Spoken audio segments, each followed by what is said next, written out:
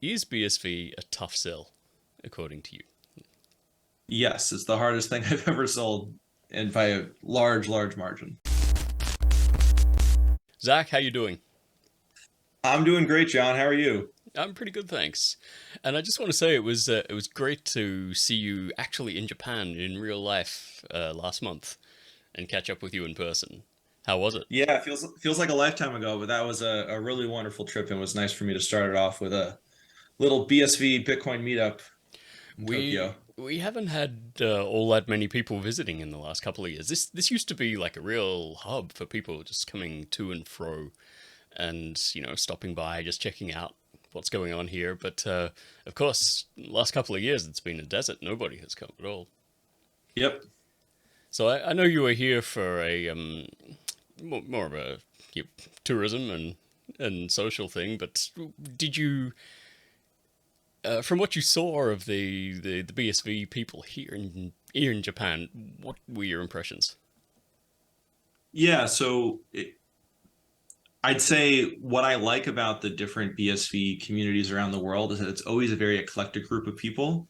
And Yep. something that I try to be really mindful of when I'm bringing people together, whether it's part of Unbounded or kind of more socially, things that I do is it's always better when you have a kind of diverse group of people and perspectives. And BSV, without fail, that always just kind of happens very naturally. A lot of characters, a lot of good conversation. And, the lunch we had was no exception to that. So I'd say, yeah, like a lot of folks in different communities, um, that's in common. I'd say maybe a little more different is that most people that I met with in Japan have quote like, real serious jobs and are doing a lot of the BSV stuff very seriously and but kind of on the side of what's like a more serious and or I guess not serious, but considered serious by more people in a more traditional career path, Hmm. which makes sense in a country like Japan, as you know better than myself. I do, But that yes. was probably the only difference. I say most of the BSV meetups, it's a lot more entrepreneurial, where it's like people that have kind of only worked for themselves or primarily worked for themselves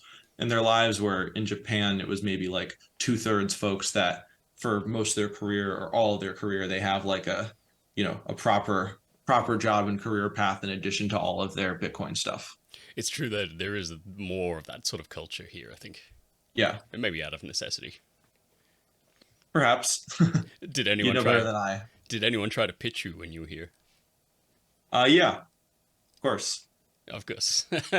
Should I ask more about that, or is that Yeah, confidential I until? mean, at a high level, I'd say there's some really brilliant entrepreneurs and engineers that are building stuff on Bitcoin in Tokyo. We haven't, made any investment into companies based there, but I'm sure we will. The benefit of kind of our thesis driven approach is, we have a pretty narrow mandate of investing in people and companies that are building ambitious things using a scalable blockchain. Yep. So that means, given how kind of narrow that is today, we have a pretty wide filter after you get through that part of the funnel, Hmm. which means most of our investments have actually been outside the United States, despite the fact that me and Oh, my really? partners all live in the US. Hmm. And we've definitely had our eye on Japan. But there hasn't been the company that's made sense for us with the right timing yet, but I'm sure that will happen at some point.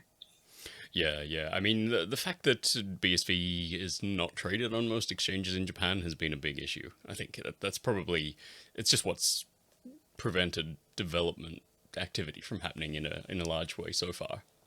Definitely, yeah, that's one of the biggest issues I deal with in terms of talking to investors and kind of these recent delistings from like Robinhood. Yeah. Um, it just, for the most part, people that are not in this ecosystem, if all they're seeing is, okay, another delisting, another lawsuit with Craig Wright, those are not things that get people interested in building. Those are like explicitly negative things. So, yeah, while I wish the token price and liquidity wasn't so tied to investor interest and to maybe a secondary degree developer interest, it is. So that's the reality we're in. I'm probably gonna circle back to that particular issue a bit later, but Sure. I want to ask you some general things first because Unbounded has, I think they've been a great influence in this space because as well as working in the background, you guys do a lot of public stuff, and like you and Jackson and Dave and the others, you're always you're always putting out fresh content. You write a blog, you have a YouTube channel, and it's generally some of you are on Twitter talking all the time, and you don't just talk about issues that are directly related to your investments. Like you do a lot of your ebooks and your general research, and you talk about other topics as well. And I think that's been a real help. Like I often use your videos and your interviews for my own research. Oh, cool. Thanks. So I just wanted to say thanks for all that. And you're also doing the Unbounded Perspectives event again. So you had one in New York City, I think, last year. And how did that go? Yeah, so actually, the event we did in New York was not an Unbounded Perspectives event. Unbounded Perspectives is kind of a new thing we're launching this year. I There's see. definitely a Right. lot in common, but just to kind of clarify, last summer we did our first annual summit in New York, Hmm. and this was really geared for investors. So these are investors that want to learn about what's happening, broadly speaking, in kind of blockchain venture, with, of course, a focus on kind of what we're investing in and what we're seeing most promising, largely in the world of scalable blockchain. So Right. that's a summit and a format we're going to be repeating every year in New York. So we have that again coming up in the fall. But Unbounded Perspectives was kind of risen out of, kind of this eclectic group thing that's always come very naturally to me socially. Trying to bringing that explicitly to the investor focused events that we at Unbounded run. So not just this upcoming little conference that we're putting on in Austin in a month, but also the dinners that I do and the webinars, and really just encouraging, like, this is not my perspective. This is not just me and Dave's perspectives. This is everyone's perspectives. And if I'm personally inviting you there, I want to hear what you have to say. I want to hear and field your questions. And by just kind of branding it as like lots of different perspectives and bounded perspectives, so far what I've seen for the investor dinners that I've hosted in 2023 so far, and the webinars that we've done, they have been a little bit more interactive than in the past. And I'm just hoping to keep that Right. interactivity, because that's, I think, will make for better discussion, will be a better experience for investors coming, and me and my partners will learn more. You don't learn that much when you're just talking the whole time.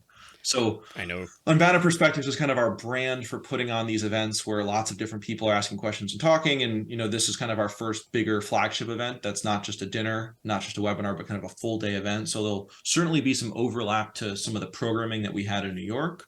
But this event will be a bit more interactive, so much more. We had Q&As there, but this will be like, hey, everyone, like, really, we want you to ask questions. We're going to make sure like a third of the time is people in the audience asking questions. And that can go haywire quickly, but luckily I'm personally inviting and approving every single person that's going to this event. Hmm. So, if someone's listening to this and I don't know you, still please do, and you can put this link in the show notes, John, or whatever. Like, I would love for you to request an invitation and to meet you. But most people there will be folks that I know, where, there's not a risk of someone, I don't know, doing something crazy. We always have to be careful of this because we know that there are plants and there are trolls put there on purpose in any kind of audience for that For sure. specific purpose to derail things. Yeah. And ultimately, if someone is there to do that, like, we don't have these big security thugs. We'll handle it. It'll be okay. I'm not Hmm. too worried. But yeah, the event is, you're going to have, presentations from both Unbounded Capital portfolio company founders, folks that have probably been on, your show or other CoinGeek programs, like Alex of Handgas, Yep. Kurt Walker Jr., a few other folks, and then founders of companies that, we haven't invested in, but, we like, and they're maybe in the ecosystem. So That's good too. um, have right now, I think it's 6 founder presentations. We might get that to 7 or 8 by the time the thing happens. All the details can be found in that link for the Unbounded Perspectives, day in Austin. So something to add to that interactivity is, we got a lot of folks being like, I wanted to ask like these founders a lot of questions, like not just the Q&A part, but really dive in deep. So during the lunch hour, we're going to have it where you can sign up to sit at a table that maybe has a maximum of 8 or 9 people. And if you sign up early, if you want to sit with Alex and do lunch with Alex, you get to do that. If you want to sign up and do lunch with me, so it'll be the Unbounded partners and the founders there. And then you'll get to have these nice little intimate discussions with folks that you choose to speak with and be at a table with. So we're really excited about, kind of that aspect. And, we'll have a couple panels with investors talking about their perspectives in the markets, and, the ability for audience members to ask about that. and then a few more breaks and kind of break times than we did at the one in New York. So still always a work in progress, but we're really excited about the event. And it's going to be the day before the big South by Southwest Festival, Yeah. which is, Austin's biggest conference and, one of the world's kind of leading, technology, music, film conferences. So we're very excited for the types of folks we're going to get to come. That will be very different than, okay, someone in New York coming. This will be, a lot of Austin-based folks and people flying in for the conference. So I know South by Southwest is it's a pretty big event on the tech calendar now, but what's participation like from the whole blockchain sector? Is it do they try to push it there, or is it not really that kind of event? I mean, crypto people try to push everything at conferences. I mean, I feel like, a lot of my experience with, full-time crypto people Yep. is they're traveling a third to half of the year from conference to conference. Whether it's explicitly a crypto conference or a tech conference, they very much want to, you know, that's kind of their strategy for networking and partying and doing whatever they want to do. So definitely last year, just living in Austin, I was here for not all of it, but some of it, and there were no shortage of invites to various crypto events. And I talked to friends who were like, oh man, more crypto people coming, like what the hell's going on with that? So probably a little bit less of a an expense account this year than last year, Hmm. but I still expect a lot of kind of broader crypto and blockchain folks. But that's in terms of the people that are like building, that's to be expected. But it also means there'll be a lot of folks that are interested and still very much not in the space but want to learn more. And my hope is this is an event that can really appeal to them. I think that's actually a good thing because I've been to some of those, like, what you call crypto events, in the middle of a hype cycle, and they can be kind of cringe, when things have a lot of free money flowing around. Yeah. And yeah, I don't really like that image. I don't think it really shows off what we're all about. It's more about the buy our token and make 100 times, 1,000 times within a month, that kind of thing. It's got that vibe to it, which I Yep. really don't like. All right, so okay, so that's in Austin. That's on March the 9th. Yeah, Just to Thursday, clarify. March 9th, just about a month away or so. All right, so make sure you ping Zach and the guys at Unbounded, and make sure you get your invite to that event if you think you can attend in person. Well worth it, I reckon. So just in general, now my question is BSV a tough sell, according to you? Yes, it's the hardest thing I've ever sold, and by a large, large margin. Yeah. Um, do, what was your experience working in blockchain before BSV came along? So, well, first off, it wasn't before BSV came along. It was before we were aware of Bitcoin and really what it can do. Yeah, it sort Um, of it but yeah, I'd say emerged. my experience prior to that, like, so I got started being extremely excited about what the technology can do for the world for a broader impact perspective, not just, to make money, but kind of what it could do in terms of owning your own data and privacy and kind of a lot of the, libertarian ideals that get a lot of folks interested in crypto and blockchain early on. Yeah. And but then simultaneously, while I was educating myself, there was also some really great arbitrage opportunities in 2016 and 2017 that were something I spent a lot of time on that personally made me a lot of money before starting Unbounded. And really, without that kind of trading arbitrage opportunity, I wouldn't have had the opportunity, the confidence, the network, and the money to be able to actually get Unbounded Capital started in 2018. So my experience then was very much as kind of like a trader, you know, doing things in a 24/7 market, which is an extremely different lifestyle than kind of what I do today. And then the more I got kind of enmeshed in the crypto world and started making, equity and ICO investments, or other liquid tokens, then I started learning a lot more about kind of the culture of people in crypto and, different projects rather than just, okay, here's an asset, it's worth more in this other country, make money from it. Hmm. But yeah, it was very much like most people are there to kind of make a quick buck. And like most people there, I was lying to myself where I was still really excited about the ideals of what Bitcoin and other blockchains could potentially do. But, in deep down, like the reason I was working crazy hard, I was doing certain things was that I saw that there was like easy money because there was easy money. There's Yeah. never before in history, an asset that is appreciated as much as BTC, even including where it's priced today. Hmm. So when you can kind of make your own money or network, and then you see like so many examples of those going up 50, 100x plus in a number of years, it's kind of attractive in kind of a more naive short-term way.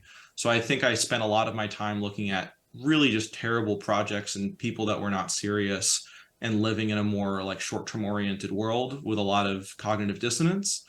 And then, I kind of hit that cognitive dissonance on the head when I went to this Bitcoin SV meetup in San Francisco in 2019 and kind of had to confront some new ideas about Bitcoin and blockchain that I never really seriously considered. And I was very grateful for that kind of happenstance opportunity that occurred, because if it wasn't for just attending this meetup at a place I was already at, who knows, I, might not be in blockchain anymore, might have taken a lot longer. And while it's definitely been, very difficult, I could have raised much more money with a conventional thesis.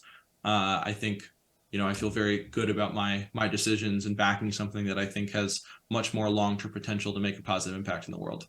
So that's kind of the evolution. And basically, the more we kind of keep investing in founders in the BSV ecosystem, the more confident I get in terms of both the technology and the quality of people here.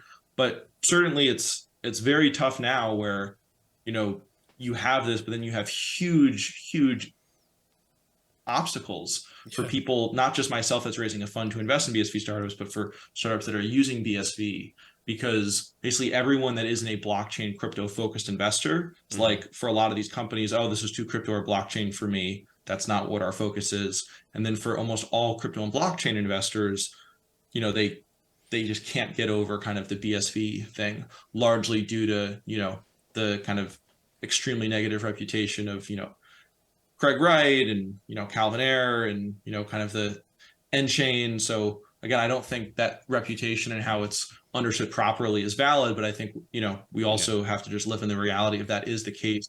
And when I'm talking to other investors to co-invest in my deals, that's always the obstacle. It's never, oh, like this company wasn't good or this is not the good valuation. It's always like something related to this kind of intangible BSV reputation thing.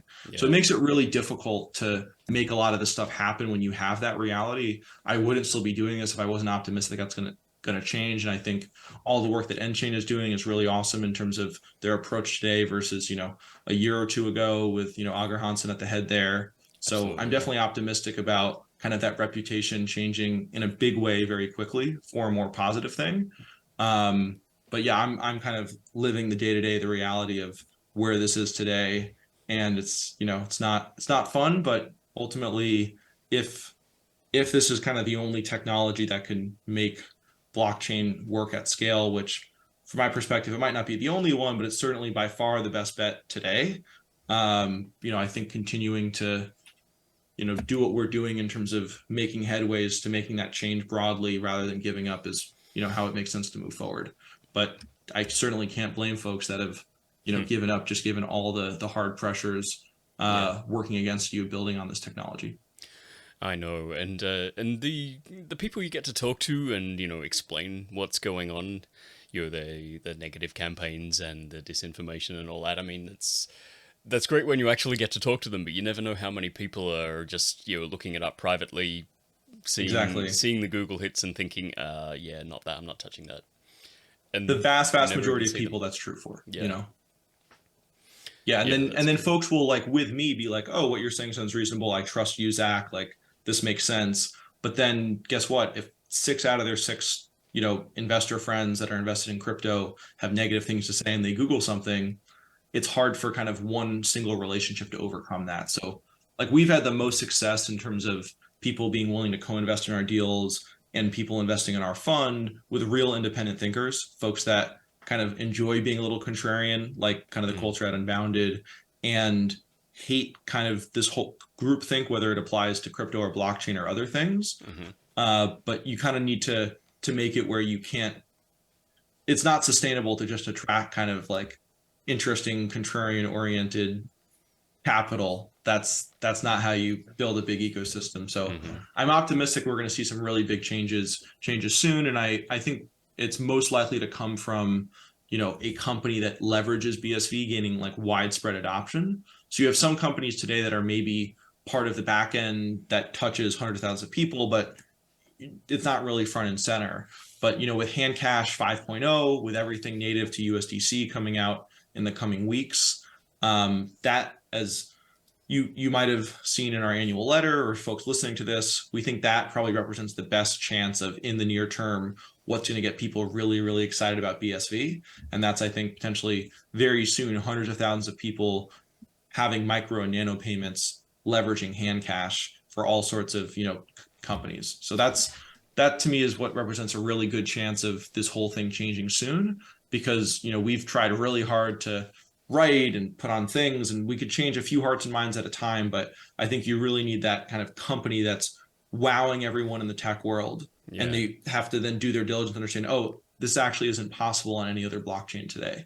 That, I think, is what's going to really change things, and nothing else. It's showing and not telling. We've done a lot of telling, and that hasn't worked. So far, and I think it's good to talk to you because you deal with people who are putting actual money on the line, and they actually want results, whether they're coming from within the blockchain industry or whether they're just outsiders. So I guess what I want to ask you is, like, what is outside of the BSV services industry, so like not counting things like wallets and back end stuff, are BSV applications and projects actually gaining customers from outside of the blockchain world? Definitely, yeah. I mean, I'd say this doesn't count as outside the blockchain world, but one of the real superstars in the BSV ecosystem today is DXS. Mm-hmm. So this was a company that, we were first investor in and have been supporting them now for, I guess, a little around a year and a half. And they've now done over $4 billion in trading volume, primarily in kind of emerging and frontier markets. So everyone today has to use BSV as collateral to make their trades and investment into US equities and US equity derivatives. But similar to hand cash, relatively soon, they're going to be able to have their own solution, not just leveraging hand cashes, for folks to be able to make these trades and investments natively in fiat currency, and potentially not just USD, but some others. So that, to me, is a great example of, yes, today you have to own the speculative kind of volatile BSV token to use DXS, similar to hand cash. But once that changes, that opens up a whole new market of not just the broader crypto world that is very comfortable with USDC, but the broader world that's comfortable with fiat currency, where if the user onboarding is clean enough, then using something like USDC is pretty easy and looks comparable to using some type of credit card or other fiat currency solution. So I'd say, we're excited about all of our portfolio companies and a lot of other companies that, we haven't invested in. But in terms of like who's around the corner for some breakout success, who has products that are getting launched very soon, I think, DXS and hand cash on the consumer level are very exciting to us. There's a lot that, of course, is happening on the more enterprise level, but those deals just take a lot longer, and it's harder for us to have visibility into that. You don't get that, even if you're getting, 8 figures in revenue, you don't have that virality, perhaps, that is going to make the average investor look more seriously at the technology. So I think it's really originally many folks in BSV were like, it's going to be enterprise. Enterprise is where it's going to happen. Mm-hmm. And that's going to be the thing that makes it big sooner. I think we used to think that was more likely to be the case, and now we think it's more likely to be on the consumer side of things. But we could be wrong. Frankly, if we're wrong and it's enterprise soon, I'll be very happily wrong. I'd just rather not be wrong on it not being either of those things. That is from everything we're seeing, I think it's consumer facing adoption. But specifically, with like a hand cash or like an asset layer, these are companies that are what are called like B2C to B, where you're targeting a consumer, but you're really making your money on kind of the business that consumer is part of, paying a lot more for it. Where then, DXS, that's like a straight consumer model. But yeah, kind of the B2C and the B2C to B is, what we're excited about, and we'll see what happens over the next quarter or so. Seems even in 2023, it's the asset and trading sector that always gets the most attention. Yeah, I mean, ultimately, people love to invest, people love to gamble, people love to trade, so Yeah, I think blockchain can do a lot more than just that. But I also think, specifically with DXS, before them, if you were living in, some of the countries where a lot of their customers are, like Indonesia, you don't really have an easy way to have exposure to US equities or US equity derivatives. And they're giving that to billions of people where the minimum trader investment size is as low as 1 cent. So I view that in kind of a different category of like, making money off people trading BTC derivatives. Yeah. But yes, it's still fundamentally about the trading infrastructure. Yeah, well, at the end of the day, there's so much that BSV can do. I mean, there's no reason why it should focus on just one particular, target sector. I mean, if it really can replace the internet and store all the world's data, then, I mean, the, anything's possible.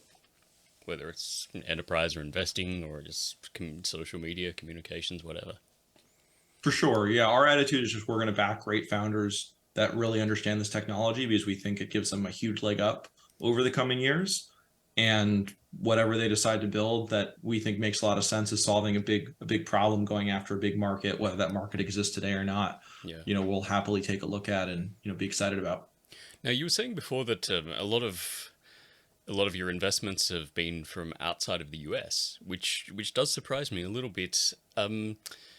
Are they still? Would you still call them mainly Western, or have some of them been in other markets? Where maybe blockchain hasn't really been a big thing. Maybe say Middle East or Africa or all of that kind of thing.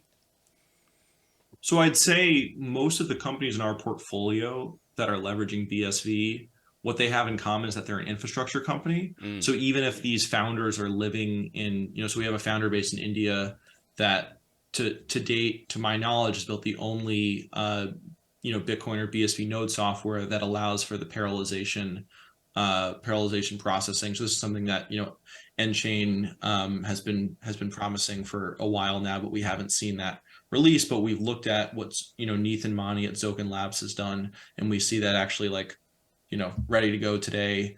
So that to me is really exciting. And ultimately, he's not going after the Indian markets. He just happens to be an Indian guy living in Bangalore that built this business. So yeah.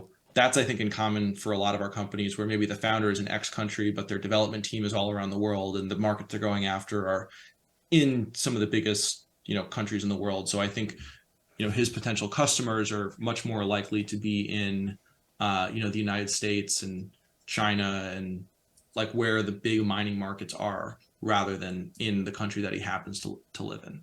So we see that with Tokenize. James, Australia's a Western country, but he has folks working for him, and I believe in the UK, Canada, the United States. I guess those are all Western countries, but just still like a good For amount of now. geographic diversity, and yeah, lots of companies that are around the corner, releasing things no matter where they are in the world. So we think we live in a world today where you can kind of work from anywhere, and there's actually huge benefits to having a distributed team that's around the world in different cultures and different time zones and different cities. Yeah, in a way, I'm living proof of that, I guess, because even though I live in Japan, I have very little to do with the employment market here, which has always been Yeah, kind of weird. So yeah, it's good to see that still happening. In a time when everything seems to be fragmenting and going wrong. And I'm not talking about BSV here. I'm talking about the world in general. So yeah. yeah, as long as we maintain that optimism.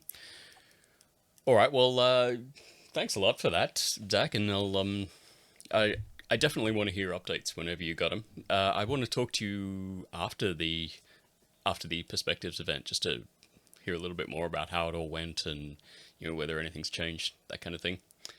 So yeah, Sounds give it good. give it give it one last plug and tell people where they can contact you for the invite again. Yeah, so it's just in the link. If you have show notes, you can put it in this. This is you can just include that link, and in there you can request an invitation and just kind of share your name, why you're excited about the event, what you do, and whether you're able to make it in person or you watch the recordings after the fact. Appreciate your interest in what we're doing at Unbounded and what we're kind of bringing together with these Unbounded perspectives, and hope to hear your perspective if you're listening to this. Always feel free to reach out to me and the Unbounded team. Are you going to stream it live? We are not going to stream it live. Right. Oh well, I'll look forward to seeing whatever I can see from it because I am quite curious. Sounds good. All right, Zach. Thanks a lot. Okay, have a great day.